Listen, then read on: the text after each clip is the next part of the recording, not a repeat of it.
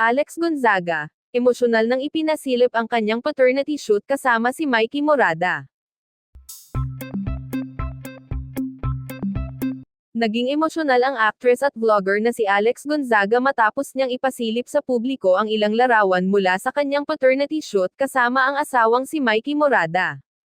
Sa kanyang social media post, ibinahagi ni Alex ang ilang sweet at intimate photos kung saan makikitang hawak ni Mikey ang kanyang baby bump habang pareho silang nakangiti at puno ng saya.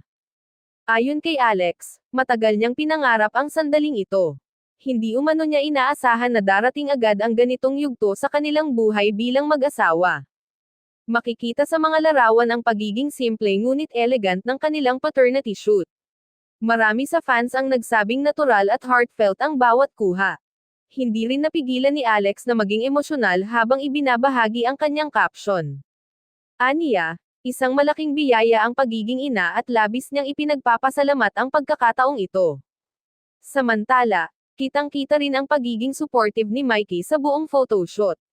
Sa ilang larawan, maingat nitong inaalalayan si Alex habang hawak ang kanyang tiyan.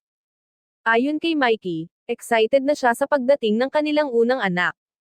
Aniya, handa na siyang harapin ang bagong responsibilidad bilang ama. Marami sa kanilang fans at kapwa celebrities ang nagpaabot ng pagbati sa mag-asawa. Trending agad ang kanilang paternity shoot sa social media.